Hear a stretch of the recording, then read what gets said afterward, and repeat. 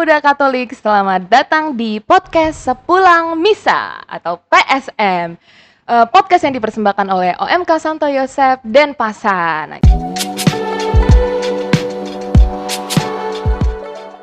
Kita langsung masuk ke episode pertama. Ini episode yang paling baru banget, memang dipersembakan oleh OMK Santo Yosef untuk memberikan informasi dan tentu juga insight dan pastinya berkat bagi seluruh OMK di seluruh penjuru dunia dan khususnya di Indonesia. Nah oke, sebelum kita masuk ke narasumber pertama kita, mungkin saya perkenalan diri dulu. Host kalian yang tersayang, perkenalkan saya Priscilia, biasa dipanggil Lia, yang akan memandu podcast di hari ini, di episode pertama ini. Oke, dan untuk podcast episode pertama ini yang paling kita tunggu-tunggu dan pastinya akan menjadi pembuka yang paling kece, yang paling inspiratif, kita akan langsung masuk ke Romo Paroki kita, yaitu Romo Laurentius Ketut, SPD. Mari kita beri tepuk tangan yang meriah. Selamat berjumpa.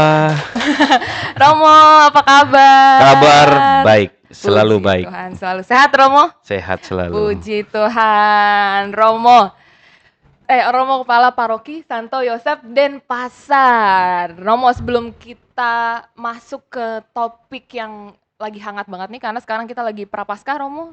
Kita juga akan membahas tentang Prapaskah.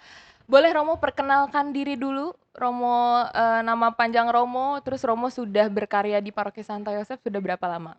Oke, baik, terima kasih Lia, teman-teman muda dan juga semua yang mungkin menemukan channel ini.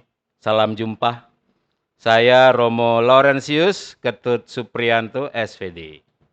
Lahir tahun 73, kecil tapi tua. Itu umur 53 baru beberapa hari yang lalu. Jadi selama ini saya sudah menjalani pelayanan pastoral, ditabiskan tahun 2001.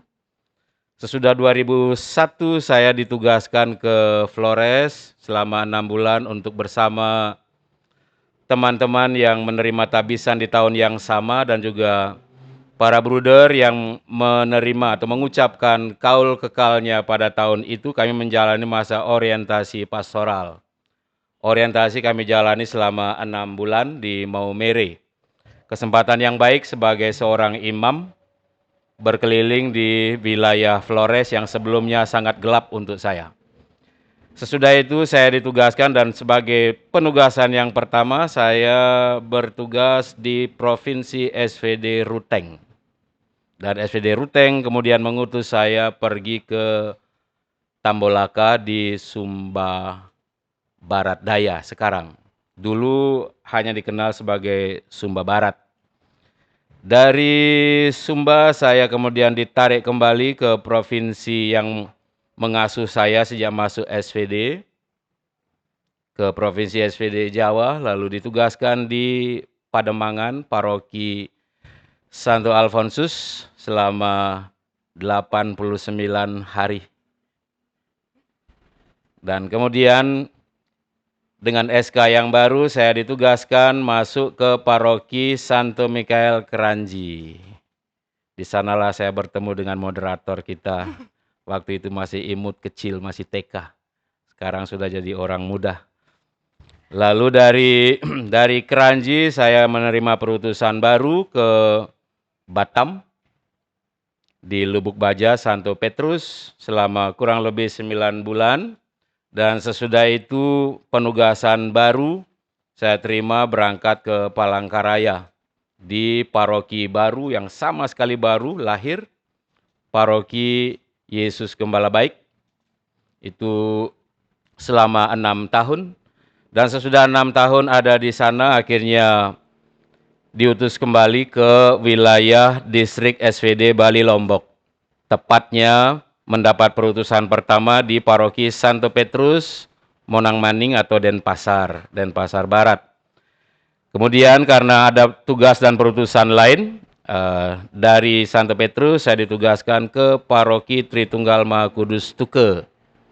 Sesudah dari Tuke karena ada sesuatu, Opa pergi meninggalkan umat karena pengaruh COVID, akhirnya perlu tenaga tambahan untuk Santo Yosef Denpasar. Akhirnya 2021 saya masuk di paroki Santo Yosep sampai sekarang masih hidup. Oke Romo, perjalanan yang sangat panjang berarti Romo di Santo Yosep ini sudah kurang lebih 5 tahun. Kurang lebih. Kurang lebih 5 tahun, tapi untuk berkarya di Balinya sendiri juga sudah cukup lama ya Romo. Berarti Ya. di Monang Maning itu sempat 2 tahun Romo? Atau Hampir 2 tahun, hampir hanya 2 1,5 tahun. tahun. Oh, oke. Dari tahun 2017 itu sudah 3 kali pindah tempat saya. Sebanyak 3 kali ya, wah. 3 kali. Cukup banyak ya Romo ya. Ya. Dan sepertinya Romo akan lama ya di Santo Yosep ya. Hanya Tuhan yang tahu. hanya Tuhan yang tahu ya. Oke, hanya Tuhan dan provinsial Romo yang tahu ya. Oke Romo, terima kasih untuk sejarah singkat tentang kehidupan Romo Ketut yang mungkin nanti akan kita dalami di podcast episode selanjutnya ya teman-teman ya. Mungkin kita harus buat khusus nih ya, karena sejarah kehidupannya Romo Ketut nih seru banget nih untuk kita bisa tanya-tanya lebih lanjut. Nah, karena kebetulan Romo di bulan ini kita saat tag podcast maupun pada saat nanti kita akan upload podcast ini, kita sedang merayakan masa Prapaskah Romo. Umat Katolik sedang merayakan masa Prapaskah atau mungkin yang biasa dikenal puasa 40 hari. Nah, sebelum bertanya lebih tentang maknanya Romo, saya ingin bertanya, sebenarnya apa yang dimaksud masa Prapaskah itu sendiri Romo? Ya, baik. Baik teman-teman sekalian, kaula muda, orang muda, dan juga segenap umat, dan juga para pendengar sekalian. Masa Prapaskah ini masa untuk menuju yang utama, yaitu Pasca. Dari katanya sendiri, Prapaskah. Tujuan utamanya adalah Pasca, sehingga Prapaskah itu adalah masa di mana kita sedang menuju puncaknya, yakni Pasca, dan tentu ada warna tersendiri dari yang disebut dengan nama Prapaskah itu. Sehingga dengan itu juga dikenal istilah ada puasa 40 hari dan seterusnya itu. Mungkin nanti bisa digali lebih lanjut melalui arahan pertanyaan atau apa. Oke Romo, jadi memang secara definisi memang masa sebelum kita menyambut Paskah ya Romo. Nah, sebelum kita lebih membicarakan lebih detail ya Romo terkait dengan rangkaian Prapaskah sendiri, kalau secara alasan kenapa Romo kita harus merayakan Prapaskah? Prapaskah itu sendiri sesuai dengan masanya dan perannya adalah menuju puncaknya, dan puncak ini adalah puncak yang penting. Sehingga untuk itu perlu persiapan khusus, terutama juga karena Paskah ini berhubungan dengan hal yang sangat-sangat vital. Bahkan di sana itu kita mengenal perayaan puncak dari semua puncak perayaan itu adalah Paskah. Sehingga untuk perayaan ini, perayaan untuk orang Katolik, Prapaskah itu jelas adalah sesuatu yang sangat-sangat penting karena kita sedang menuju puncak dari semua puncak yang ada. Ini perayaan terbesar dalam gereja Katolik yang seringkali hilang karena menurut sangkaan banyak orang, kalau ditanya apa perayaan terbesar dari gereja Katolik, orang kadang berkata Natal. Itu salah. Perayaan terbesar dari gereja Katolik adalah Paskah. Dan Paskah ini dirayakan setiap minggu.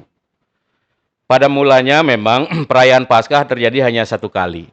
Tapi kemudian perayaan itu secara liturgis dirayakan selama 7 hari, 7 malam, atau kalau dihitung seluruhnya dia akan menjadi 8 hari, sehingga dikenal dengan nama oktav. Ada oktav Paskah. Paskah dirayakan selama 1 pekan khusus penuh dengan perayaan khusus yang persis sama dengan hari raya. Dan juga perayaan itu akan dilanjutkan lagi dirayakan setiap hari Minggu sepanjang tahun. Itulah sebabnya hari Minggu juga disebut sebagai hari Paskah, Paskah kecil. Dan di sana ada hari raya orang Katolik, di mana mereka merayakan atau kita merayakan hari kebangkitan Tuhan, hari Minggu. Itu tonggak-tonggak penting yang dirayakan dalam pekan. Kita dalam gereja mengenalnya ada 52 pekan dibagi menjadi pekan-pekan khusus. Nah, di bagian-bagian itu ada bagian Prapaskah yang tersedia dalam 6 pekan dengan warnanya tersendiri, menyediakan kita untuk merayakan Paskah itu sendiri. Dan di sisi yang lain ada lingkaran yang berikutnya, ada lingkaran Natal yang juga dalam konteks tertentu merayakan Paskah dalam konteks menyambut Tuhan yang akan datang, Tuhan yang akan lahir. Kemudian lingkaran yang ketiga itu ada lingkaran masa biasa yang kita kenal dengan warnanya yang berwarna hijau. Itu lingkaran di mana perayaan Paskah itu dirayakan sepanjang tahun setiap minggu. Karena itu juga belum cukup, maka dari terbitnya matahari sampai terbenamnya, perayaan Paskah itu tetap dirayakan sepanjang tahun sehingga adalah di sana misa harian. Dan dari situ kita mengenal ada bacaan yang sesuai dengan bacaan liturgi hari demi hari yang pada akhirnya akan menuju kepada puncaknya yakni Paskah. Dari sana juga kita mengenal istilah ada tahun liturgi yang mungkin di kalangan umat kadang masih belum juga dikenal baik. Ada lingkaran liturgi yang akhirnya berujung pada hari raya Tuhan kita Yesus Kristus, Raja semesta alam. Sedangkan tahun baru untuk tahun liturgi gereja itu jatuhnya pada hari Minggu pertama Advent. Itu perjalanan ziarah kita nanti akan dituntun hari demi hari, minggu demi minggu menuju puncak perayaan Paskah, dipersiapkan dengan perayaan harian, perayaan mingguan dengan lingkaran utamanya lingkaran masa biasa, lingkaran Natal di sana ada Advent dan hari raya Natal dan masa Natal, lalu lingkaran Paskah yang terdiri dari masa pra-Paskah, Paskah itu sendiri dengan 3 puncak penting, lalu masa Paskah yang nanti akan berakhir pada Pentakosta. Oke, Romo. Berarti memang mungkin ini jadi salah satu pengetahuan yang baru juga bagi saya, Romo, bahwa ternyata di kalender liturgi itu memang ibaratnya tahun barunya umat Katolik itu sebenarnya di Advent. Advent ya. Dan ditutup oleh Kristus Kristus Raja Raja. semesta alam dan puncaknya di Paskah. Paskah itu puncak yang dirayakan setiap saat. Setiap saat. Ya. Oke. Setiap hari Minggu berarti bisa disebut Paskah kecil ya Paskah, tadi yang ya. Romo sampaikan. Oke, Romo. Nah, tadi kan Romo sudah menjelaskan terkait secara komprehensif gitu, Romo, terkait dengan secara singkat gitu ya tatanan kalender liturgi itu sendiri. Nah, kalau boleh Romo kita ke kitab suci ya, ke Alkitab. Sebenarnya dasar perayaan Prapaskah tuh sudah adakah sebelum Yesus lahir atau setelah Yesus lahir? Nah, bagaimana tuh mau untuk bisa kami orang muda nih memahami sebenarnya sejarah Prapaskah tuh seperti apa sih? Ya, jadi Prapaskah itu sendiri memang masa persiapan menuju Paskah. Dia juga dikenal dengan nama masa tobat, pantang puasa, atau masa 40 hari. Nah, ini yang orang-orang muda yang agak kritis kemudian menghitung hari-hari itu juga. Ada yang menghitungnya kok hitungannya lebih, katanya 40. Lalu kok bisa begitu, puasa dan apa-apanya kok bisa beda-beda. Nah, mungkin ini kita bisa ulik lebih jauh bahwa masa Prapaskah ini memang masa penting untuk menuju Paskah, terutama adalah persiapan batin, persiapan rohani, di mana setiap umat beriman akan diantar kembali menuju pesta kebangkitan dan juga pesta kebangkitannya sendiri yang berkaitan dengan janji baptisnya. Janji baptis akan diulang kembali atau diperbaharui pada malam Paskah sesudah kita merefleksikan sendiri selama masa Prapaskah itu. Dari masa Prapaskah ini kita dihantar menuju satu kesadaran yang membawa insight baru. Jadi bukan tahun baru, tapi malam Paskah adalah saat kita membaharui kembali komitmen kita menjadi orang Katolik. Kita mau apa? Sebagai orang Katolik, apa yang harus saya buat? Itu saatnya komitmen kembali diucapkan. Setelah masa Prapaskah, ini masa melihat kembali. Apakah selama 1 tahun sebelumnya, komitmen yang sebelumnya sudah dijalankan atau belum? Apakah ada resolusi-resolusi iman yang terucap? Atau jangan-jangan kita tidak pernah berpikir tentang resolusi iman di malam Paskah. Mungkin kita lebih cenderung berpikir resolusi di 31 Desember. Resolusi iman itu muncul pada malam Paskah. Dengan lilin yang bernyala kita berjanji di depan Tuhan. Berjanji dengan ungkapan iman kita bahwa saya akan begini, saya akan begitu. Apakah itu sudah dilaksanakan? Inilah masa Prapaskah, saatnya untuk menengok kembali. Apakah komitmen malam Paskah tahun lalu sudah dijalankan atau belum? Kalau belum, inilah masa tobat. Kembali kepada kesadaran, penyadaran kembali, membakar kembali semangat untuk memiliki komitmen dan siap untuk melaksanakannya. Oke, Romo. Siap, berarti memang kalau nggak salah di malam Paskah makanya ada pembaharuan janji baptis ya, Betul Romo ya, ya. Itu bisa menjadi salah satu apa tadi resolusi ya. iman setiap umat Katolik itu sendiri. Oke, Romo. Nah, ini sebenarnya pertanyaan yang saya nggak tahu ya, Romo. Ini mungkin pertanyaan dari pribadi. Kenapa harus 40, Romo? Iya. Kenapa tidak 30? Kalau dari riwayatnya memang 40, kalau dari sisi aturan apakah sebelum Yesus ada, sudah adakah? Kalau Prapaskah jelas belum ada ya, tapi bahwa masa persiapan menuju puncak atau menuju sesuatu yang penting ada. Tokoh yang kita dengar di hari Minggu Prapaskah kedua. Di sana ada Musa, ada Elia.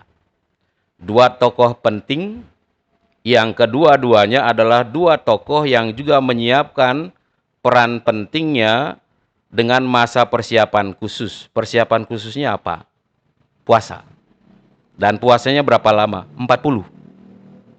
Dari sisi biblis, kitab suci, kita bisa lihat dari kitab Keluaran, lalu kitab Raja-Raja, Musa sendiri sebelum turun menghasilkan 10 perintah Allah dengan dua loh batu itu. Dia puasa 40 hari 40 malam. Musa. Elia juga sama. Dia juga melakukan yang sama ketika dia harus mengambil keputusan 40 hari 40 malam dia menuju ke Gunung Horeb sampai ada keputusan pentingnya. Sehingga saat itu 40 di masa yang lalu menjadi angka penting. Dan memang ini angka krusial juga secara manusiawi. Ada orang yang mungkin berusaha mengalahkan Yesus, kita lihat di media sosial. Ada orang yang berusaha mengalahkan Yesus dengan puasa 41 hari. Ada yang 42 hari. Berusaha untuk mengalahkan. Puasa ini untuk apa? Mau mengalahkan Yesus atau apa? Yesus sendiri berpuasa 40 hari, 40 malam. Sebelum menjalankan masa pelayanannya. Maksudnya adalah Prapaskah atau masa puasa 40 hari 40 malam kita ini juga adalah saat di mana kita menyiapkan diri untuk sesuatu yang penting yang nanti akan terjadi malam Paskah. Apakah benar penting atau tidak tergantung. Itu yang akan menjadi ukuran bagi kita apakah kita benar menjalankan puasa itu dengan baik atau tidak. Kalau kita mampu menjalankannya dengan baik, malam Paskah tidak akan pernah sia-sia. Saya kira ini yang perlu mendapat penekanan penting untuk bukan hanya sekedar puasa.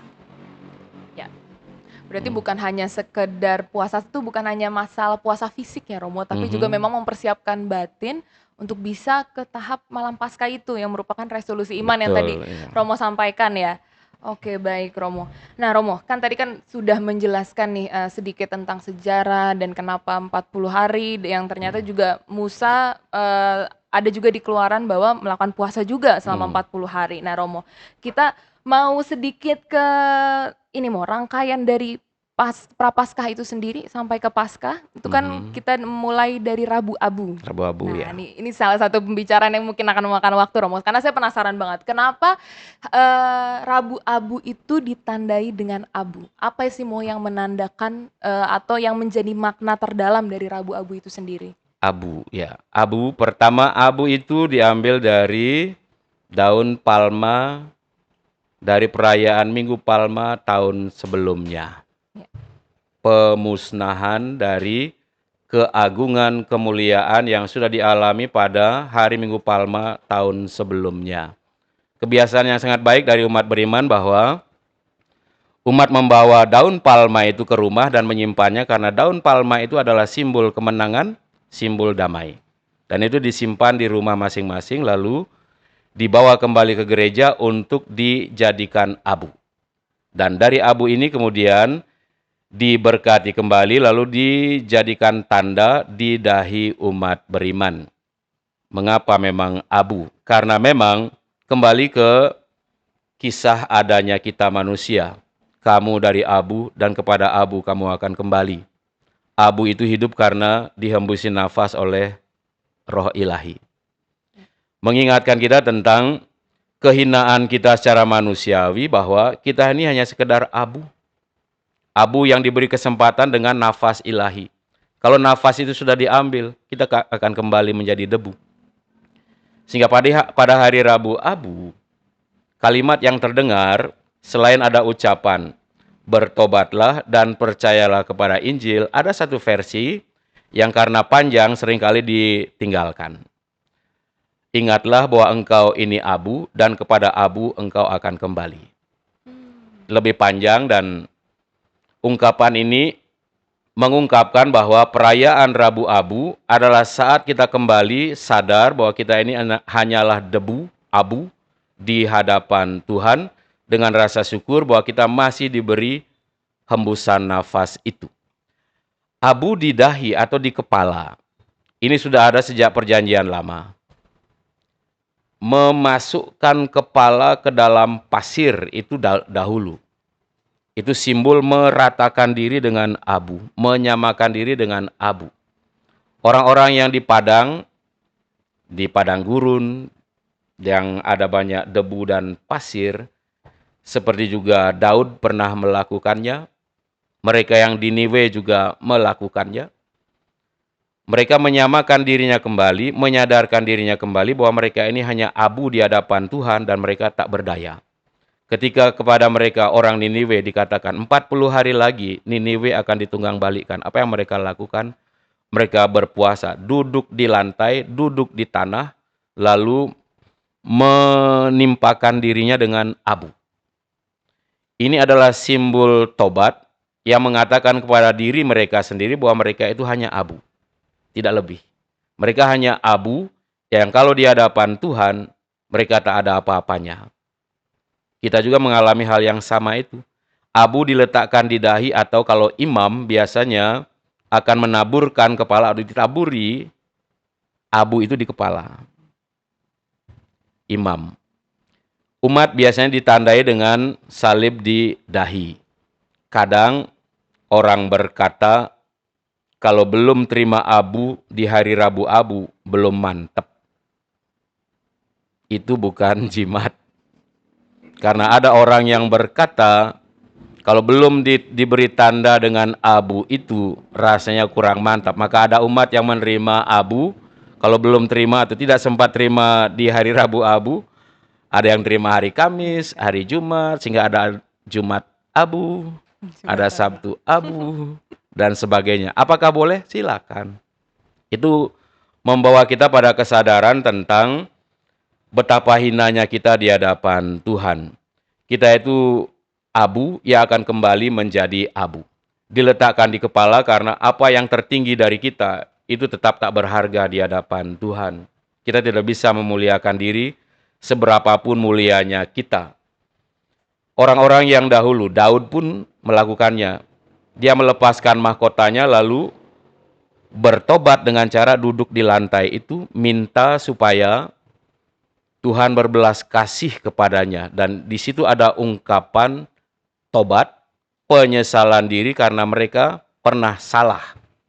Dan tobat dalam puasa ini, dampaknya ini yang mungkin perlu mendapatkan perhatian kita, bahwa puasa itu membawa buah yang jauh lebih besar daripada apa yang bisa dibayangkan manusia. Lihatlah Niniwe. Niniwe itu yang dikatakan tidak bisa membedakan mana tangan kiri, mana tangan kanan. Tapi ketika dikatakan kepada mereka bahwa Niniwe akan ditunggang balikkan, mereka langsung bertobat, percaya kepada Tuhan, dan merendahkan diri dengan puasa. Hasilnya apa? Petaka hilang. Nasib buruk tidak jadi. Mengapa itu bisa terjadi? Ini misteri puasa. Dan misteri puasa ini baru bisa dinikmati oleh mereka yang melewatinya. Tapi kepada umat saya selalu berpesan, tolong jangan puasa sambil mencelakai orang lain. Berpuasa tetap mempertimbangkan keselamatan pribadi. Berpuasa bukan untuk mencari mati secara pribadi, siap-siap untuk mati, bukan itu. Berpuasa berarti kita menyiapkan batin kita sendiri, melemahkan fisik untuk menguatkan rohani. Orang bilang apa? Mind fasting, spirit feasting. Istilahnya itu mungkin nanti akan lebih kena kepada orang muda berkaitan dengan bukannya soal puasa makanan.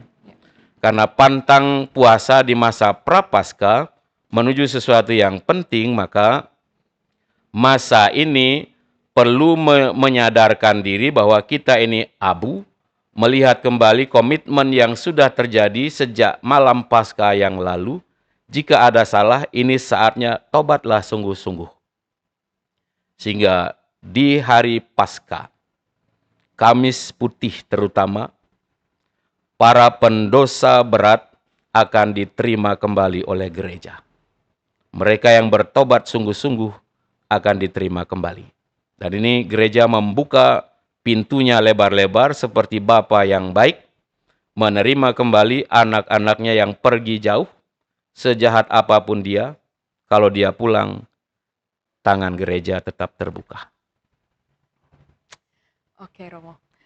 Romo, kan Romo ini udah membahas dengan sangat mendalam, Romo, terkait dengan puasa dan pantang itu sendiri. Nah, mungkin kalau boleh Romo, kan kita mungkin saya juga anak muda ya Romo, masih bingung mendefinisikan puasa yang secara real tuh seperti apa. Yang saya pahami misalnya, pantang hal-hal yang disuka. Nah, kalau misalnya saya suka kerja, Romo, setiap hari saya perlu pantang kerja nggak gitu? Nah, maksudnya gimana sih? Takutnya nanti boleh juga, oke Romo. Menarik itu, menarik. Menarik ya. Menarik.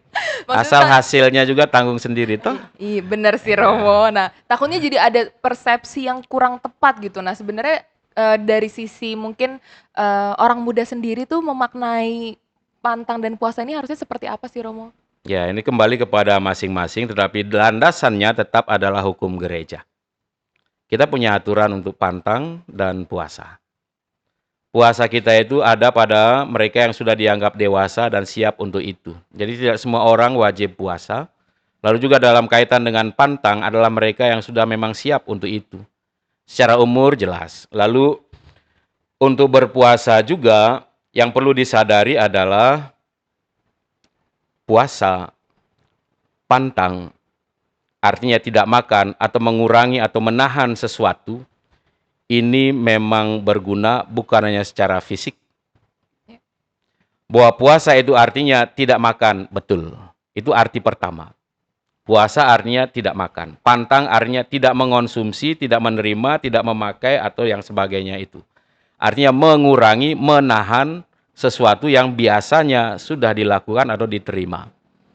Puasa, kenapa gereja Katolik kerap menyebutnya pantang atau puasa daging? Kenapa daging? Apakah itu benar? Benar.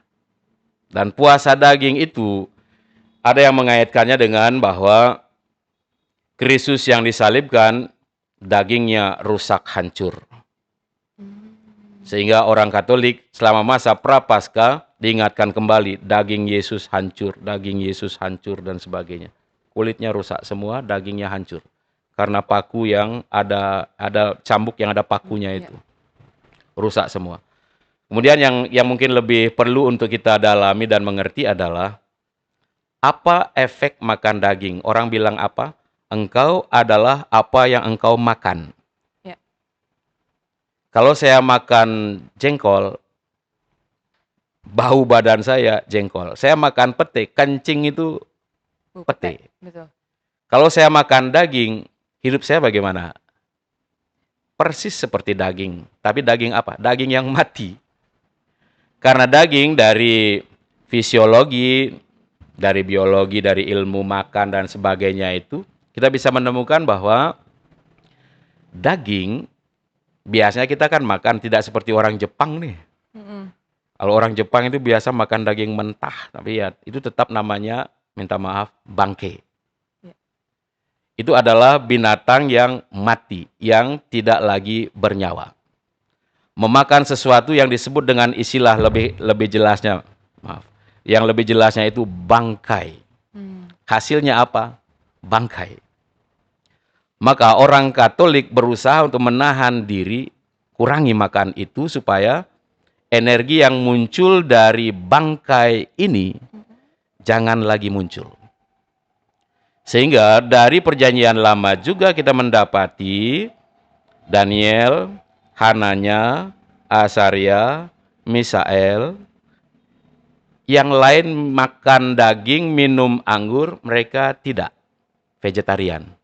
Hasilnya apa? Kulitnya lebih halus, otaknya lebih celing, kebijaksanaan mereka lebih maju. Mengapa? Ya karena ini, mereka tidak makan daging, tetapi mereka makan makanan yang dalam konteks perjanjian lama kitab Kejadian, itu memang ya tidak disebutkan di sana. Tapi mereka makan tumbuh-tumbuhan. Walaupun orang kemudian berpikir bahwa tumbuhan juga kan bernyawa. Tapi kita melihat bahwa hewan itu mirip dengan yang dimiliki oleh manusia. Dagingnya dan darahnya mirip. Dan kalau dia dimakan dalam konteks dimatikan, itu akan menjadi bangkai dan energinya itu energi yang negatif. Kalau ini masih tetap diterima, dilaksanakan, kalau secara kesehatan kita berkata, oh kolesterolnya naik, jantung, dan sebagainya. Kalau orang sudah makan yang namanya, saya tidak mendukung vegetarian, tapi mereka yang makan makanan yang sifatnya itu nabati, protein yang mereka terima beda dengan protein yang diterima atau dimakan oleh mereka yang makan daging. Ini akan membantu mereka, terutama otak. Darah. Engkau, apa yang engkau makan? Saya makan anjing. Anjing saya. Kalau ada. Tapi kalau saya makan tumbuhan, sayur, tanam-tanaman, dan sebagainya, energinya itu lebih soft. Dan ini akan membawa orang pada sesuatu yang jauh lebih tinggi daripada mereka yang makan daging. Mereka yang makan daging mungkin orang berkata, energi otaknya ada, betul, bisa jadi. Tapi energinya beda. Mereka yang makan daging, kita bisa lihat, oh orang ini makan daging ayam tadi pagi. Apakah bisa dilihat? Bisa. Apakah bisa ketahuan, oh orang ini makan ikan tadi pagi? Apakah bisa? Bisa. Dari aroma badan itu akan ketahuan.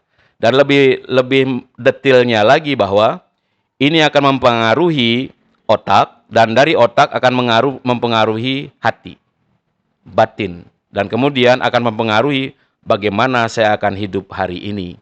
Dan dari sana banyak orang sudah menemukan bahwa menuju kesempurnaan hidup, menuju hidup ilahi, ternyata kita harus meninggalkan yang namanya seperti membunuh hewan yang hidup. Dengan memakan hewan artinya apa? Kita membunuh makhluk yang hidup. Kalau kita memakan sayuran, kelasnya mungkin berbeda, bukan membunuh. Tapi kita mengonsumsi sesuatu yang memang dari awal mula sudah dijadikan demikian. Dan dari situ energi yang muncul bukan lagi energi seperti energi membunuh atau energi yang lain, tapi energi kehidupan seperti pohon. Pohon itu apa? Tidak ada pohon yang menghasilkan buah untuk dirinya sendiri. Karena memang pohon, dia hidup, dia akan berbuah, dan dia akan mati untuk apa? Untuk hidup orang lain. Untuk hidup manusia lain, untuk hidup binatang lain. Ini spiritualitas mengapa tanaman yang kita makan, ini membawa kita jauh lebih tinggi daripada kalau kita makan daging. Maka selama masa prapaskah, daging sedapat mungkin dihilangkan. Karena kita mau membangun sikap batin yang baik. Orang kemudian berkata, kalau begitu saya yang sudah biasa makan sayur dan tidak makan daging, katanya harus puasa daging. Bagaimana? Maka gereja juga mengingatkan, bukan hanya soal itu. Bahwa mereka yang sudah biasa makan sayuran atau tidak biasa makan daging, mereka juga dihantar pada pemahaman tentang puasa. Puasa dan pantang. Puasa dan pantang bukan hanya soal makan dagingnya itu, tapi pantang dan puasa tentang menahan sesuatu. menghilangkan sesuatu, terutama apa yang saya perlukan, apa yang saya inginkan. Ya. Di sana ada nilai pengorbanan. Nah, di sana kita menemukan makna dari prapaskah, pantang, dan puasa. Kalau kita hanya berkaca atau mencoba menilai, saya biasa makan sayur, jadi saya tidak perlu lagi puasa karena ya sudah, saya sudah biasa. Pola pikir yang seperti ini, minta maaf, ya sama dengan Farisi. Kalau sudah biasa makan sayur atau sudah biasa tidak makan daging, bukan berarti saya sudah tidak perlu lagi puasa karena sudah biasa tidak makan daging. Kalau mau naik lebih lanjut, kurangi apa yang sudah biasa dimakan selama ini. Contohnya apa? Mungkin sayur yang paling disukai. Jangan-jangan vegetarian makan sayur, sayurnya datang dari mana? Mungkin datang dari Singapura, lebih mahal dari daging yang kita makan di sini. Bisa jadi. Bagaimana kita bisa menahan diri dari makanan-makanan yang mungkin biasa kita makan, mengurangi, menahan apa yang saya perlu, apa yang saya mau, apa yang saya inginkan. Maka di sana kita menemukan konsep pantang puasa. Pantang dan puasa akhirnya kita temukan sebuah keutamaan. Ugahari. Tahu batas. Saatnya kita berkata, cukup. Sehingga puasa dalam gereja Katolik, makan kenyang 1 kali dalam sehari. Diizinkan, ringan sekali puasa orang Katolik. 1 kali dalam sehari boleh makannya kenyang. Tapi kita belajar lebih lanjut tentang pemaknaan itu bukan sebagai orang Farisi saja, cukup selama saya tidak kenyang berarti saya sudah puasa. Caranya bagaimana? Ya ngemil setiap saat. Bisa saja. Ya. Tapi kalau untuk memenuhi aturan kita bisa berpikir saya sudah puasa. Tapi puasa dan pantang Katolik tidak hanya sekedar seperti itu. Ya. Oke, Romo. Nah, Romo, itu kan mungkin secara teknis ya, Romo. Tapi sebenarnya apa sih, Mo, yang mungkin anak-anak OMK ini bisa lebih mendalami? Output apa yang sebenarnya harus diperhatikan gitu? Mungkin saya dan teman-teman OMK ketika menjalani puasa dan pantang ini, apa sih kayak garis akhirnya dari puasa dan pantang ini harapannya seperti apa gitu, Romo? Harapannya jelas pasca yang baik. Pasca yang baik. Pasca yang baik. Jadi bukan hanya sekedar perayaan, tapi kesadaran yang terbangun di masa prapaskah ini. Ya. Karena pantang dan puasa ini akan membangun kesadaran. Sehingga pantang dan puasa nanti akan mencapai tingkat kesadaran sampai pada hasilnya adalah komitmen dengan lilin bernyala itu. Untuk orang muda kita bisa berpuasa bermacam-macam. Kata kunci yang mungkin perlu adalah ugahari. Ketika kita tahu diri, tahu bahwa diri, tahu batas, kita akan berkata cukup sampai di sini. Misalnya, online cukup. Biasanya online sekian lama, sekarang kita harus berkata cukup sampai di sini. Atau biasanya online selama 3 jam, 4 jam misalnya. Di masa prapaskah kita harus berkata, berani berkata cukup, hentikan. Ugahari, tahu diri, tahu bahwa diri, tahu batas. Dari situ kita menahan apa yang kita mau, menjadikannya sebagai korban, dan korban inilah yang disebut dengan nama salib. Karena siapa yang mau mengikut aku harus memikul salibnya. Terkesan sepertinya orang Katolik seperti di zaman-zaman dahulu. Berusaha melukai dirinya sendiri untuk mencapai kekuatan rohani. Mereka menyiksa dirinya sendiri, mencambuki dirinya sendiri, melemahkan dirinya sendiri untuk mendapatkan kekuatan baru. Orang muda zaman sekarang, hal apa yang menyenangkan, itu yang dipotong. Bukan mengikuti sekedar perintah gereja, puasa, Rabu Abu, Jumat Agung, selesai. Ya memang karena itu. Ya. Kalau mau mengikuti aturan, puasa gereja Katolik hanya ada 2 itu. Jumat Agung, Rabu Abu. Ya. Dengan anjuran bahwa setiap hari Jumat sepanjang tahun adalah hari pantang atau puasa. Sehingga untuk perjalanan mulai dari Rabu Abu sampai dengan puncaknya di Paskah itu, kesadaran ini bagian yang paling penting supaya malam Paskah itu benar menjadi puncak yang memang tujuan dari setiap orang, bukannya orang muda. Ya. Kalau tidak, saya ragu Paskah itu pada akhirnya tetap sama, tidak ada komitmen baru. Ya, saya kira ini perjuangan yang tidak mudah karena berhadapan dengan baik itu jasmani, keinginan yang bisa dibuatkan bermacam-macam alasannya. Alasan supaya tidak bisa puasa bisa dibuat. Semuanya bisa diatur sedemikian rupa. Tapi berusaha mengalahkan diri, ini bagian dari masa Prapaskah untuk sampai di puncaknya malam Paskah. Ya. Jadi mungkin kata kuncinya adalah pengorbanan untuk menjadi pribadi yang baru. Ya, betul. Itu bisa dipersingkat seperti itu ya Romo, pada akhirnya Saya ngomong panjang isinya itu ya. nggak bisa secara singkatnya bahwa pada akhirnya inilah salib yang harus kita tanggung, Ya. Romo, pengorbanan, bahwa pada akhirnya pantang dan puasa ini bukan hanya sekedar kita nggak makan, tapi itulah ada pengorbanan di balik itu Ya. untuk kita bisa menjadi pribadi yang baru di Sabtu Suci nanti gitu, di malam Paskah itu sendiri.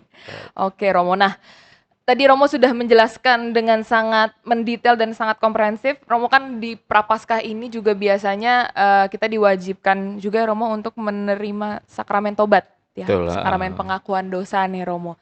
Nah sebenarnya yang ingin saya tanyakan dari perspektif OMK, karena fenomena yang cukup banyak terjadi Romo, pada akhirnya OMK tuh cukup takut, entah takut ataupun enggan atau kayak masa saya harus ngomong nih dosa-dosa saya ke Romo, ya dengan segala isu dan permasalahannya Romo. Kira-kira nih gimana ya caranya supaya orang-orang muda ini punya kesadaran bahwa saya ini harus menerima sakramen tobat gitu. Ya. Ya, kembali ke kesadaran yang memang tidak akan pernah bisa dipaksa. Ya. Tapi tetap nilai pendidikan itu dimunculkan.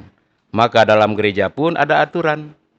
Terimalah sakramen tobat minimal sekali setahun menjelang Paskah. 5 perintah gereja. Ya. Itu perintah yang harus dilakukan. Minimal sekali setahun. Sedangkan sakramen tobat bagi orang yang sadar, lihatlah Bapa Suci. Tiap hari beliau bisa terima sakramen pengakuan dosa. Dan sakramen tobat ini adalah tentang kesadaran seseorang tentang salah dan dosanya secara pribadi. Kalau tidak sadar tentang salah dan dosa, kita tidak akan menerima sakramen tobat. Ya. Artinya saya merasa saya baik, saya benar, atau dengan kata lain, saya suci kok. Apa bedanya kita dengan orang Farisi? Orang yang berdosa adalah orang yang mengaku dirinya tidak berdosa. Dosa pertamanya adalah mengaku tidak berdosa. Itu dosanya. Karena manusia dari mulanya, dia ingat bahwa kita ini abu. Kita memang abu. Yang membuat mungkin orang muda sungkan karena memang tidak melihat dampak positif untuk dirinya sendiri. Atau mungkin berpikiran ini dipaksa. Maka kesadaran, sampai pada kesadaran itu yang sulit. Mengarahkannya, gereja selalu mengajak. Minimal, melalui persiapan-persiapan sakramen, gereja membuka ruang sakramen tobat. Terimalah sakramen tobat karena apa? Ini kesempatan untuk evaluasi diri. Sejauh mana saya salah, sejauh mana saya bisa perbaiki diri, atau apa yang harus saya lakukan ke depan, supaya ada perubahan untuk saya. Dan ini akan berguna untuk apa? Menjawab panggilan Tuhan. Hendaklah kamu sempurna seperti Bapamu di surga sempurna adanya. Bagaimana caranya? Sedikit demi sedikit. Orang bilang dosanya sama saja. Enggak. Beda. Kalau dosanya sama, saya curiga dosanya itu makin berat. Karena biasanya orang kalau sudah salah yang satu, dosa yang berikut, dia akan lebih berat. Sama dengan orang yang bohong. Sekali bohong, bohong yang berikut lebih berat. Karena dia akan menanggung bohong yang sebelumnya. Tidak ada bohong yang menghasilkan sesuatu yang baik. Kebohongan diikuti oleh kebohongan, hasilnya apa? Kita mengenal dalam gereja itu ada dosa ringan, dosa berat. Ya. Dosa ringan kalau dilakukan terus-menerus karena frekuensinya, dia akan menjadi dosa berat. Dan itu tanpa sadar kita kemudian berkata, saya tidak salah. Apa yang terjadi di sana? Suara hati mati. Kalau suara hati sudah mati, suara hati sudah bebal, kita akan merasa, saya tidak perlu terima sakramen tobat. Dan itu adalah godaan terbesar, engkau akan sama seperti Tuhanmu. Di mana kita dengar itu? Di Firdaus. Ketika Adam dan Hawa digoda, engkau akan sama seperti Tuhan. Salah satunya ya ini. Engkau itu seperti Tuhan. Dan engkau itu tidak salah, engkau tidak berdosa, engkau sempurna. Sehingga untuk orang-orang muda, tidak mudah untuk memaksa atau mengajaknya untuk masuk ke ruang sakramen tobat, yaitu memang benar. Tidak bisa dipaksa. Anak yang hilang, dia kembali karena apa? Dia tidak dipaksa. Sampai dia sadar. Yang membuat dia sadar apa? Sesudah dia lepaskan semua harta bendanya, semua yang dia punya habis, muncullah yang namanya sengsara, sakit. Nah, ini yang tidak kita suka. Sakit, sakit hati, sakit ini, sakit itu. Akhirnya memaksa kita untuk sadar, oh Tuhan. Yang akhirnya membuat kita baru sadar dan mengerti. Bahkan Yesus sendiri sudah bilang kepada kita juga bahkan ya, bersahabatlah dengan mempergunakan mamon yang tidak jujur. Sampai mamon itu tidak bisa menolong lagi. Artinya apa? Mamon itu setan, mamon itu duit. Ya. Bersahabatlah dengan mempergunakan uang.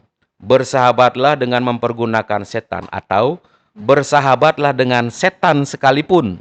Ya. Seperti anak yang hilang itu. Sejahat-jahatnya. Sampai engkau sadar. Kalau engkau sadar, pulang. Di sana kita menemukan tobat. Sehingga orang muda untuk membangun kesadaran tidak bisa dipaksa. Gereja hanya membuka pintunya. Kalau datang, surga bergembira. Kalau banyak yang datang, pastor yang jelimet. Pastor yang lelah ya, Mo. Pastor yang lelah. Ya, mungkin itu gambaran untuk orang muda. Saya kira membangun kesadaran tentang tobat adalah membangun kesadaran tentang siapakah aku sebenarnya. Kalau saya merasa bahwa saya tidak berdosa, saya tidak akan perlu sakramen tobat. Tapi kita lupa bahwa orang yang sebenarnya berdosa adalah orang yang mengaku dirinya tidak berdosa. Itu pembohong pertama. Dan pembohong ini membohongi dirinya di depan Tuhannya. Oke, Romo. Ini jadi pukulan besar ya untuk kita semua ya, teman-teman OMK yang ada di sini ya. Jangan lupa tanggal 10-11 kita tobat ya. Terima sakramen tobat ya, nanti di absen sama Romo nih satu-satu. Oke, Romo. Wah, ini semoga penjelasan Romo tadi tentang pantang dan puasa sudah menggunakan bahasa yang OMK banget nih, Romo. Saya berharap juga teman-teman OMK jadi dapat maknanya secara mendalam ya, Romo. Dan tadi kita juga sudah bahas mengenai sakramen tobat. Nah, kan berarti kan salah satu puncak dari Prapaskah itu kan kita akan memasuki Pekan Suci ya, Mo, yang diawali oleh Minggu Palma. Nah, tadi kan Romo sudah sempat nyinggung ya, Sabtu Suci itu kan salah satu resolusi iman. Nah, kalau makna dari Minggu Palma dan Kamis Putih, Jumat Agung sendiri ada nggak mau makna-makna yang mungkin bisa lebih dipahami gitu sama kami anak-anak OMK? Ya, baik. Jadi Pekan Suci itu perayaan utama kita ada di sana. Ya. Lalu dimulai dengan Minggu Palma. Perayaan sepanjang itu tidak ada yang sama, semuanya beda. Di sana itu ada Minggu Palma, pembuka Pekan Suci, puncak-puncak iman. Perayaan Minggu Palma itu ada dua hal yang dirayakan di sana yang sejatinya hanya satu. Perayaannya adalah memperingati penderitaan Kristus. Tetapi kita mendahuluinya dengan perayaan Yesus yang memasuki Yerusalem. Di sana ada gegap gempita dengan daun palma. Di sana ada kegembiraan dan sukacita. Ya. Lalu ketika memasuki ruang gereja dengan perarakan, maka ada hal yang berbeda. Di sana ada perayaan mengenangkan sengsara Tuhan, maka di sana ada pasio. Mengenangkan sengsara Tuhan. Jadi, perayaan Minggu Palma, dua bagian penting. Bagian pertama adalah perarakan itu, memperingati Yesus yang memasuki Yerusalem dengan gegap gempitanya. Bagian yang kedua adalah sengsara. Bagian yang kedua tidak bisa dicampurkan lagi dengan gegap gempita ketika Yesus memasuki Yerusalem. Maka di beberapa tempat mungkin masih terjadi bahwa ketika perayaan liturgi sudah terjadi di dalam gereja, lagu Hosana itu pantang untuk dinyanyikan lagi. Tidak ada di sana. Ya. Yang ada di dalam gereja adalah teriakan salibkan dia. Ya. Karena ada dua hal yang menjadi ironi di sini. Yang pertama itu adalah tentang betapa kita itu memuji Tuhan, tapi begitu melewati pintu gereja kita berteriak salibkan dia. Ini ironi bagi manusia yang memang tidak konsekuen dan konsisten dengan pilihan kita. Kadang begini, kadang begitu. Dengan mudahnya kita berbelok. Ya. Lalu hari Kamis Putih itu perayaan kita mengenangkan kembali saat Yesus membentuk bagi kita sebuah kenangan. Perjamuan malam terakhir yang dia tinggalkan. Ada orang yang kalau mau pergi dia meninggalkan kenangan. Ya. Yesus meninggalkan kenangan yang sudah dia pesankan. Lakukan ini terus sampai aku datang. Sehingga Ekaristi itulah yang dirayakan setiap hari sambil menanti dengan senang hati bahwa nanti pada saatnya Yesus akan datang. Sambil menanti itu kita diajak rayakan Ekaristi yang sudah dia undangkan itu dengan penuh sukacita dan syukur, berharap bahwa Yesus nanti akan datang dengan mulia seperti dia naik. Dia akan datang kembali. Di malam itu, Kamis Putih, simbol-simbolnya jelas. Ada Ekaristi yang diundangkan di sana, ada pelayanan dan pengorbanan yang dimunculkan dalam simbol pembasuhan kaki. Nah, di sana ada simbol-simbolnya. Sedangkan di hari Jumat Agung kita mengenangkan Kristus yang sengsara sampai wafat. Di sana ada hal yang sangat tragis. Jumat Agung, Sabtu Suci, itu sejatinya adalah hari di mana sama sekali tidak ada perayaan Ekaristi. Iya. Sebelumnya Ekaristi dibentuk, tapi sehari sesudahnya tidak ada perayaan Ekaristi. Satu-satunya hari juga yang kita orang Katolik tidak membuat tanda salib. Itu dimulai dari penutup hari Kamis Putih, tidak ada berkat penutup. Dan baru akan dibuka nanti pada pembukaan upacara cahaya malam Paskah. Jadi, Kamis Putih malam sampai hari Sabtu Suci menjelang pembukaan upacara cahaya itu, orang Katolik seharusnya tidak membuat tanda salib sekalipun. Pantang dan puasa buat tanda salib, berani enggak? Karena di sana kita seperti yang disimbolkan dengan abu itu. Kita ini abu. Sudah menantang Tuhan untuk menantang setan yang dikatakan dalam kitab Kejadian. Abu akan menjadi makananmu, itu dikatakan kepada ular itu. Lalu abu yang sama kita letakkan di dahi kita. Ditambah lagi dengan ngerinya Kamis Putih, Jumat Agung, Sabtu Suci.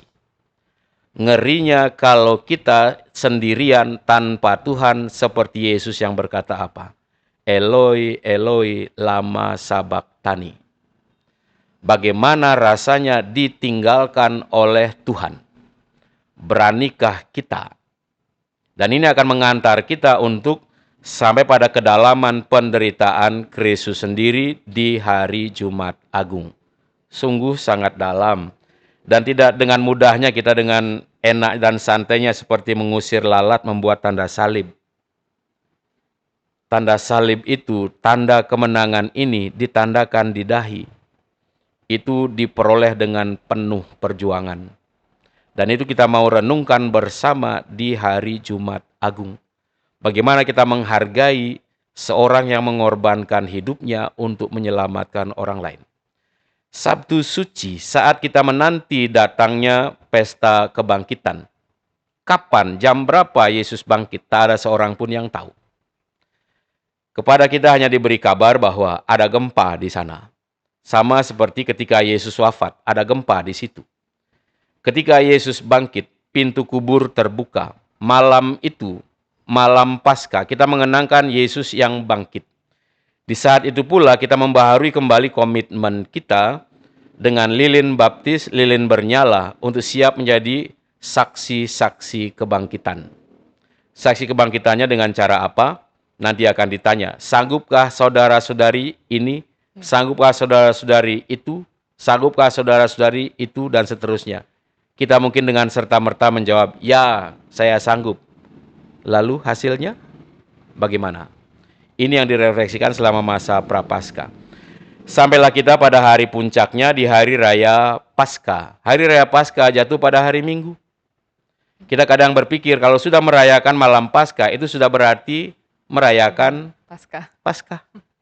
Hari raya Paskah jatuh hari Minggu. Bukan malam. Tapi bahwa perayaan itu dirayakan bersambung dari hari Sabtu malam sampai hari Minggu pagi, ya harusnya sambung. Itulah sebabnya bacaannya ada 9. Dan itulah sebabnya juga liturgi dilaksanakan dalam nyanyian panjang. Karena malam itu adalah malam tirakat. Tapi betapa susahnya kalau kita melihat jumlah umat yang sedemikian banyak, daya tampung gereja yang sulit, ditambah lagi dengan baru duduk 1 jam, sudah mulai panas, sudah mulai tidak tahan. Lama sekali. Dulu, setiap bacaan disertai dengan doanya dan disertai dengan khotbahnya. Jadi ada 9 bacaan dengan 9 khotbah. Dan perayaan itu baru dimulai ketika bulan purnama muncul. Jadi ketika bulan muncul, perayaan Paskah dimulai. Itulah sebabnya malam Paskah akan selalu jatuh saat bulan besar.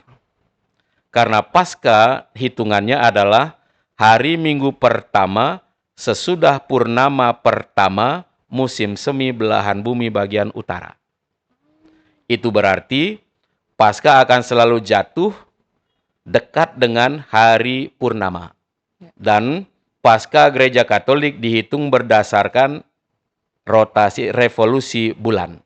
Jadi benar bahwa kita orang Katolik juga menggunakan 2 macam kalender yang membuat kita harus berbeda. 1, kalender liturgi yang menggunakan matahari, kalender matahari, itu ada pada perayaan Natal. Kita menggunakan kalender Masehi. Sedangkan perayaan Paskah itu menggunakan kalender bulan. Dari bulan purnama pertama musim semi bumi belahan utara, dari sana dari hari Minggunya baru akan ditarik 40 hari sebelumnya atau 46 hari sebelumnya, itulah mulai permulaan Prapaskah. Dari hari Minggu pertama sesudah purnama pertama musim semi belahan bumi bagian utara, dari hari Minggu itu dihitung 40, sampailah kita kepada hari Minggu. Tapi di sana kita menemukan ada 42 hari. Dari 42 hari itu, kita bisa menganulir karena hari Minggu akhir dan hari pertama itu tidak terhitung, sisalah kemudian 41 hari. Lalu kemudian kita berpikir, bagaimana gereja menghitungnya ketika dalam gereja kita merayakan Paskah, 40 hari puasa, hari Minggu adalah hari Paskah, tidak ada puasa, maka akan tersisa 36 hari. Dari 36 hari itu mengapa disebut 40 hari? Maka muncullah kemudian dihitung mundur. Sebelum Minggu Quadragesima, hari Minggu pertama Prapaskah, ada hari tambahan di situ.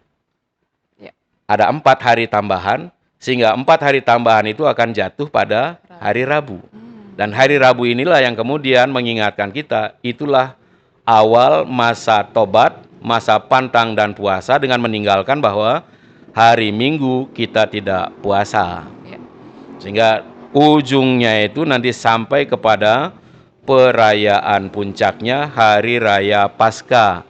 Untuk orang muda baik kalau sadar bahwa perintah gereja tetap sama. Rayakanlah hari raya yang disamakan dengan hari Minggu, juga hari raya yang disamakan dengan hari Paskah itu. Rayakan hari raya Paskah, atau ditambah lagi, sambutlah tubuh Tuhan pada hari raya Paskah. Itu perintah gereja. Artinya apa? Hari Minggu Paskah datanglah ke gereja karena itu wajib. Bukan karena hari Sabtunya sudah ikut misa, hari Minggunya enggak ikut. Iya, Romo. Padahal wajibnya itu adalah hari raya Minggunya, Paskah itu, hari Minggu. Hari Sabtunya itu Vigili Vigili. yang dirayakan berlanjut sampai pagi itu. Ya. Sehingga perayaannya nyambung. Sementara karena pertimbangan waktu, tempat, umat, dan sebagainya, akhirnya terbagi-bagilah sedemikian rupa. Bacaan yang harusnya 9, jadinya hanya 5. 5.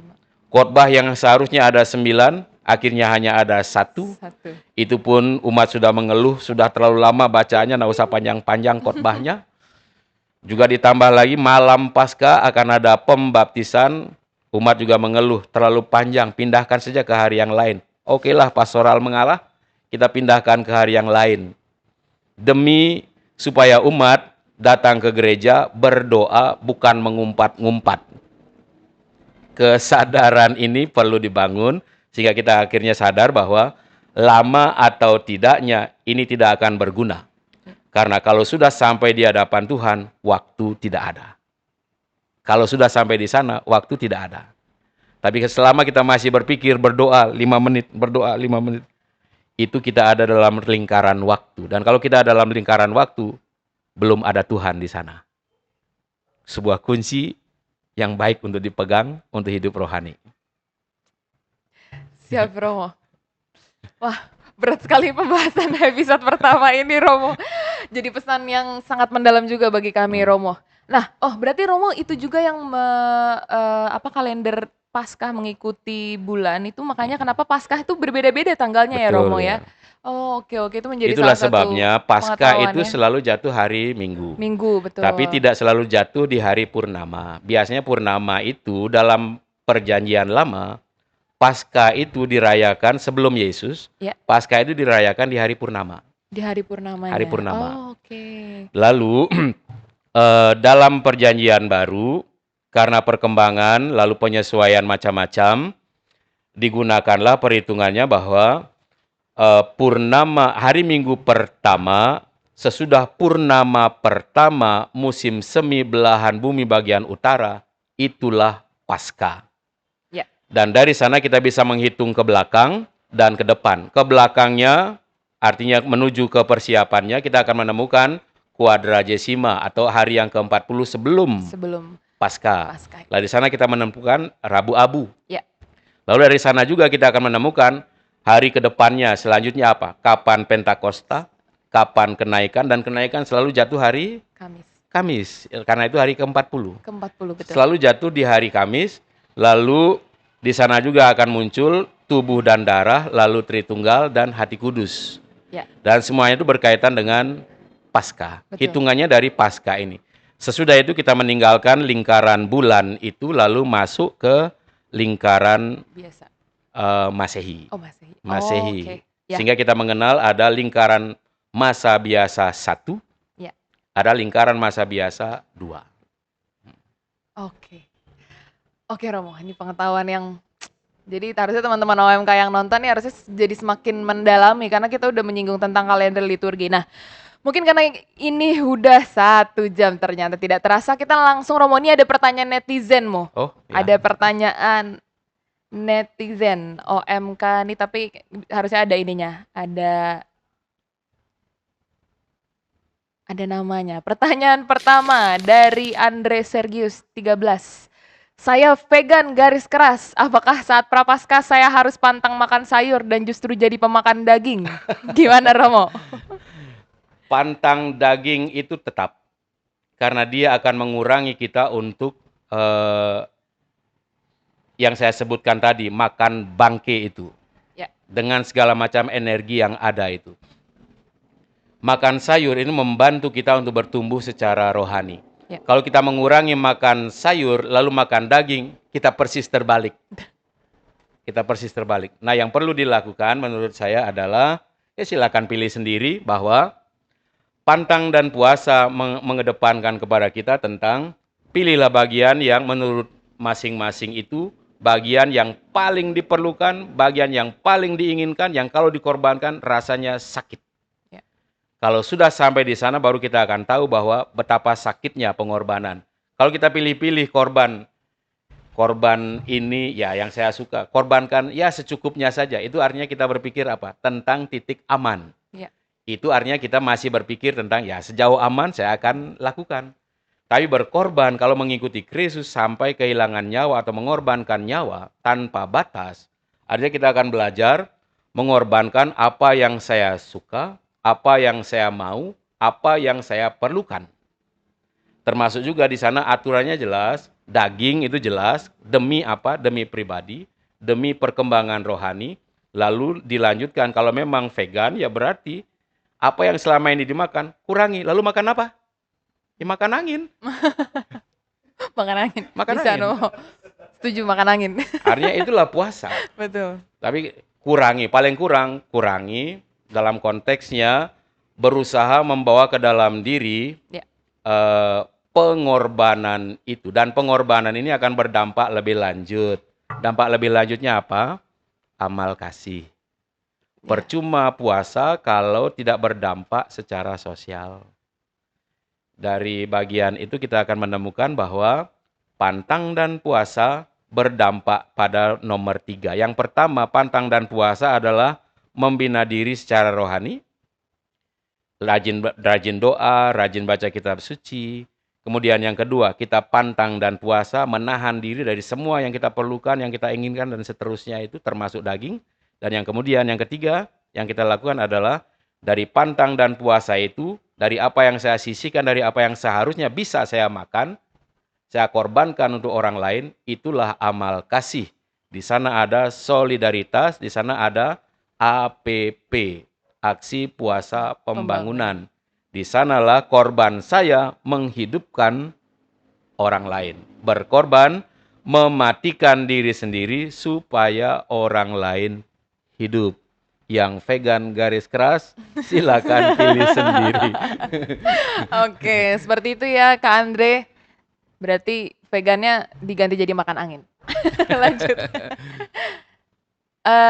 Oke, ini ada pertanyaan dari Julia Pawe _ Romo, kenapa ya pas homili perut kriuk sempat mikir makan apa ya? Nanti setelah terima hosti malah kenyang. Nah ini Hostinya pertanyaan yang dikasih cukup. berapa itu? Nah itu Ya, kayaknya ini mungkin satu sibori mau dimakan satu semua. sibori mungkin dimakan semua ya, jadi kenyang. Tapi saya kira ini juga persoalan bukan hanya soal spiritual, tapi mungkin juga soal psikis ya. Kadang-kadang kita merasa lapar, di sana ada kerinduan, ada keinginan, plus godaan. Ketika kita mulai berdoa, godaan itu mulai muncul. Sama ketika kita harus mendengarkan sesuatu, misalnya pengajaran, kita mulai tergoda. Padahal ada pengajaran yang baik di situ, tapi kita tidak mendengarkannya karena apa? Kita jatuh dalam godaan, kita tidak sadar. Kita tergoda sedemikian rupa untuk tidak mendengarkan. Ditambah lagi dengan cara apa? Perut saya kriuk-kriuk. Mulailah cerita macam-macam. Mungkin juga itu soal psikis ya. Bisa jadi. Ada juga orang yang karena pengaruh pribadinya sendiri, metabolismenya secara pribadi, baru makan juga sudah kriuk-kriuk kok. Ada yang seperti itu. Apakah kriuk ini karena lapar atau apa, saya tidak tahu. Tapi kalau itu yang dimaksudkan dengan soal kriuk karena lapar, mungkin kita perlu juga menyadari bahwa godaan ini bisa muncul dari manapun. Supaya kita berpikir atau tidak memikirkan lagi tentang ibadah, doa yang sedang dijalani. Godaan itu bisa muncul dari perut, suara yang bunyi, tiba-tiba ada orang kentut di sebelah, tiba-tiba ada bunyi HP di sebelah, semuanya itu soal godaan. Tapi bagaimana saya berusaha ada di hadapan Tuhan, saya tidak peduli termasuk ketika perut kriuk dan sebagainya. Tapi alangkah baik. Jangan sampai karena perut saya bunyi, orang di sebelah tidak bisa doa. Alangkah baik kalau ketika saya berdoa, saya bisa mengesampingkan orang yang menangis di sebelah misalnya, orang yang jatuh di sebelah misalnya. Jangan sampai justru dengan sengaja mengganggu orang lain yang sedang berdoa. Kalau nanti pada waktu terima komuni ternyata saya kenyang, ya mungkin ini soal psikis juga. Saya tidak merendahkannya, tapi bisa jadi juga jangan-jangan rotinya sudah berkembang dari sepotong jadi potongan besar di dalam mulut, saya nggak tahu. Ya mungkin orang yang bersangkutan yang tahu. Soal-soal psikis mungkin bisa akan membantu untuk menolong kita, dan godaan apapun bentuknya mengingatkan kita tentang sadarlah ketika ada di hadapan Tuhan, ingatlah. Hilangkan waktu, hilangkan semua, hadirlah di depannya. Semua yang lain itu godaan yang bisa meninggalkan kita atau menghilangkan kita dari relasi dalam doa kita dengan Tuhan. Bentuknya bisa kriuk, bisa apa. Silakan. Siap. Siap Romo, begitu ya Kak Julia. Jadi nah itu jangan-jangan dapetnya hostingnya yang gede, makanya jadi kenyang. Oke lanjut. Oke dari YL Bri underscore Yan An. Menurut Romo, tantangan terbesar untuk OMK saat ini untuk mewujudkan pertobatan di masa prapaskah. Apa Romo kira-kira? Tantangan terbesarnya apa ya? Sadar, Kesadaran ya Romo ya? sadar. Kesadaran itu kalau belum ada, bukan hanya orang muda, Ya. siapapun. Dia bisa menjadi sangat terganggu dan tidak lagi menghayati prapaskah itu dengan baik. Ya. Kalau kesadaran itu sudah ada, apapun persoalannya itu bisa dijalani dengan baik. Bahkan orang bisa menghayati 8 sabda bahagia itu. Berbahagialah kalau engkau dicaci maki. Berbahagialah ketika engkau lapar. Berbahagialah ketika engkau haus. Ketika kita mungkin akan berkata, bagaimana mungkin? Tapi kalau kita sudah menyadari maknanya, kita akan bergembira. Ketika misalnya jatuh, dimaki, dicaci, kita berkata apa? Terima kasih. Kita sudah dilatih, sudah krisma toh? Dengan menerima krisma, kita diundang untuk menjawab apa? Bapak Uskup berkata apa? Disebut nama, lalu dikatakan, terimalah tanda karunia Roh Kudus. Jawabannya, amin. Amin. Lalu ditepuk atau ditampar dengan ucapan apa? Artinya. Damai Kristus. Ditampar, bilang apa? Kita bilang apa?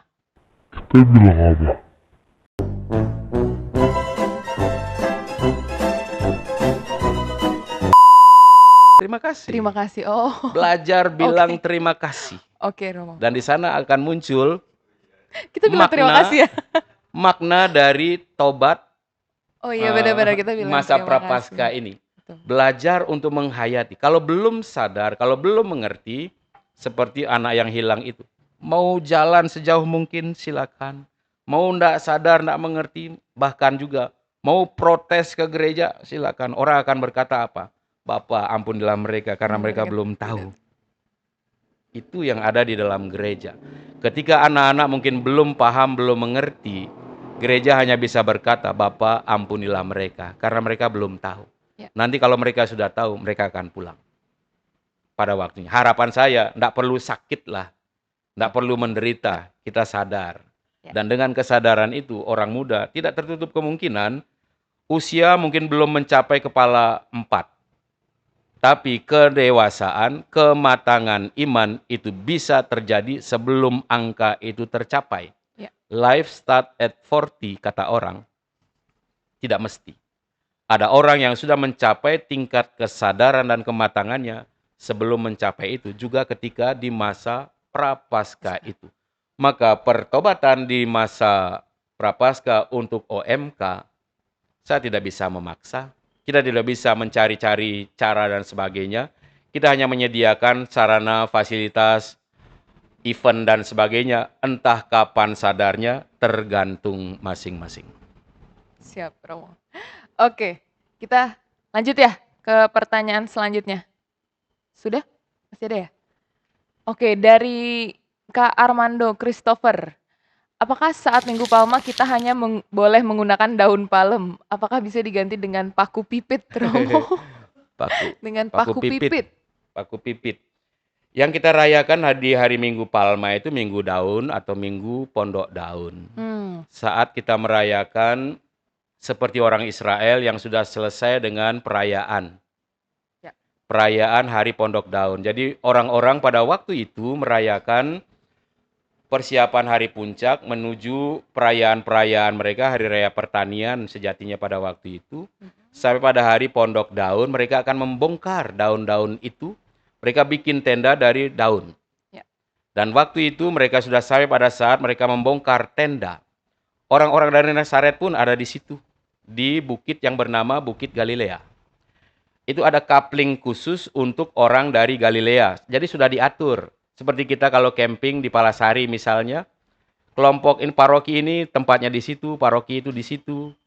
Waktu itu sudah ada, sudah diatur sedemikian sehingga ada kita kenal Yesus berkata, "Kembalilah ke Galilea." Sesudah dia bangkit, pergilah ke Galilea. Apakah mereka akan pergi jauh pulang dari Yerusalem ke Galilea? Tidak. Mereka pergi ke Bukit Galilea, ke perkemahan mereka itu. Kembali ke situ untuk melihat saat Yesus pulang ke rumah Bapaknya. Nah, daun-daun itu mereka ambil lalu mereka pakai sebagai simbol mengelu-elukan sosok raja yang mereka nanti. Daun yang mereka pakai adalah daun zaitun. Tapi kemudian berkembang, ada yang kita ini bikin tenda, bikin kemah. Biasa kita menggunakan daun-daun yang bisa mengarahkan air. Seperti daun kelapa, daun pisang, bambu mungkin. Yang bisa mengarahkan air itu supaya melindungi yang di bagian dalam. Termasuk juga mungkin pada waktu itu ada juga yang seperti misalnya kalau kita di sini daun sawit kah, daun kurma atau apa yang mengarahkan air supaya jangan sampai jatuh ke ruang dalam. Dia keluar. Daun-daun itu dibongkar lalu dipakai untuk mengelu-elukan. Yang lain yang tidak punya daun itu apa yang mereka lakukan? Mereka pakai baju mereka. Kain yang mereka itu mereka hamparkan karena apa? Tokoh besar lewat di depan mereka. Jangan sampai nginjak tanah. Kita kenal sekarang karpet merah. Jangan sampai mereka atau dia ini menginjak tanah. Karena terlalu mulia. Maka mereka mengamparkan kainnya di tanah. Menaruh daun-daunan supaya kakinya tidak mengenai tanah. Daun itu, apakah daun apa itu? Paku pipit. Ini bermacam-macam. Daun itu yang penting di sana jangan sampai bawa daun salak yang penuh duri.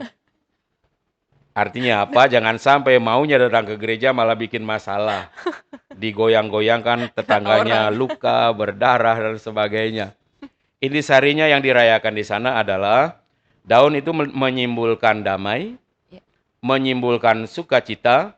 Daun itu juga menyimbolkan, kalau daun palem, menyimbolkan kemenangan. Daun palem itu berkaitan dengan genus palme, dari bahasa Latin itu kalau kita belajar biologi, kita melihat genus palme itu jenis kelapa-kelapaan. Ya palma, palma ratu, palma raja, palem merah, palem putri, palem apa.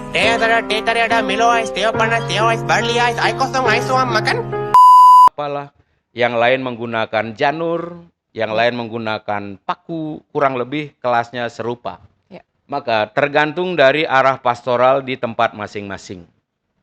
Biasanya yang dihindari adalah yang seperti saya sebutkan. Jangan sampai bawa daun yang bisa membahayakan saudara atau saudari. Dan biasanya daun yang digunakan kurang lebih seragam dengan yang digunakan di tempat itu.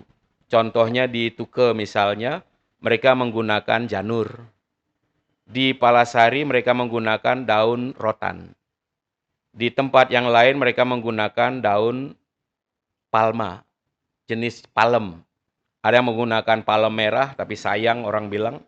Tapi ada yang menggunakan palem merah, palem putri dan sebagainya, ada. Tergantung dari kebijakan dari parokinya masing-masing. Intinya kurang lebih apa yang dihayati pada hari itu dan jangan sampai membahayakan saudara-saudarinya. Tidak perlu bawa daun pintu. Karena itu enggak perlu. Romo, kalau daun palmanya harus ada batasan ukuran nggak? Karena ada yang pernah bawa segede gini mau, jadi dia bawanya udah begini, itu boleh nggak sih mau sebenarnya? Ada yang bawa potnya juga. Ada yang bawa potnya juga. Tapi itu boleh, Romo? Itu pastoral ya. Pastoral, maka jangan sampai membahayakan atau mengganggu saudara dan saudari. Hanya demi viral, ada yang bawa batang pisang. Bener, Romo, banyak banget yang viral. Ini seperti tahun lalu palma yang kor dan sebagainya itu. Ada ya demi viral kadang-kadang orang mencari sesuatu yang sensasional. Tapi itu bukan pastoral, itu pertunjukan. Bukan yang dihayati. Maka yang dikedepankan hayati apa yang ada di dalamnya, bukan hanya sekedar sebuah pertunjukan. Ya. Kalau kita membawanya ke dalam pertunjukan, kita kehilangan maknanya. Ya. Kemenangan, damai, Ya. perdamaian, sukacita, itu yang kita bawa. Siap. Oke Romo, mantap. Kita beri tepuk tangan dulu nggak sih? Ini udah 1 jam 20 menit. Mantap sekali. Terima kasih banyak Romo. Nah Romo, sebelum kita menutup, boleh nggak Romo kasih kata-kata hari ini? Temanya mungkin boleh tentang Prapaskah dan juga tapi terkhusus untuk orang muda Katolik. Boleh Romo di kamera sebelah sini? Ya, untuk saudara-saudara Kawula Muda, selamat menjalani masa tobat, pantang dan puasa. Pilih sendiri apa yang mau dipakai untuk puasa. Tapi ajakan gereja jelas bahwa daging itu berguna untuk hidup secara jasmani, tapi daging itu bisa menghambat pertumbuhan secara rohani. Maka gereja selalu mengajak, kurangi daging, hiduplah lebih baik dengan seperti teladan dari Daniel, Ananya, Hasaria, dan Misael.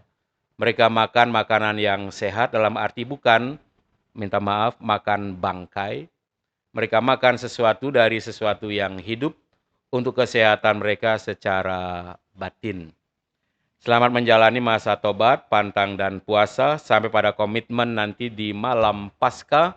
Jadilah baru, bangkit menjadi orang Katolik yang baru, orang muda yang baru dengan komitmen yang baru selama 1 tahun ke depan. Jangan lupa, lilin yang bernyala yang dinyalakan di malam Paskah adalah lilin tanggung jawab yang harus diemban selama 1 tahun.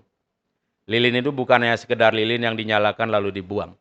Lilin itu adalah lilin komitmen pribadi di hadapan Tuhan. Jangan lupa, kita janji di hadapan Tuhan untuk komitmen pribadi.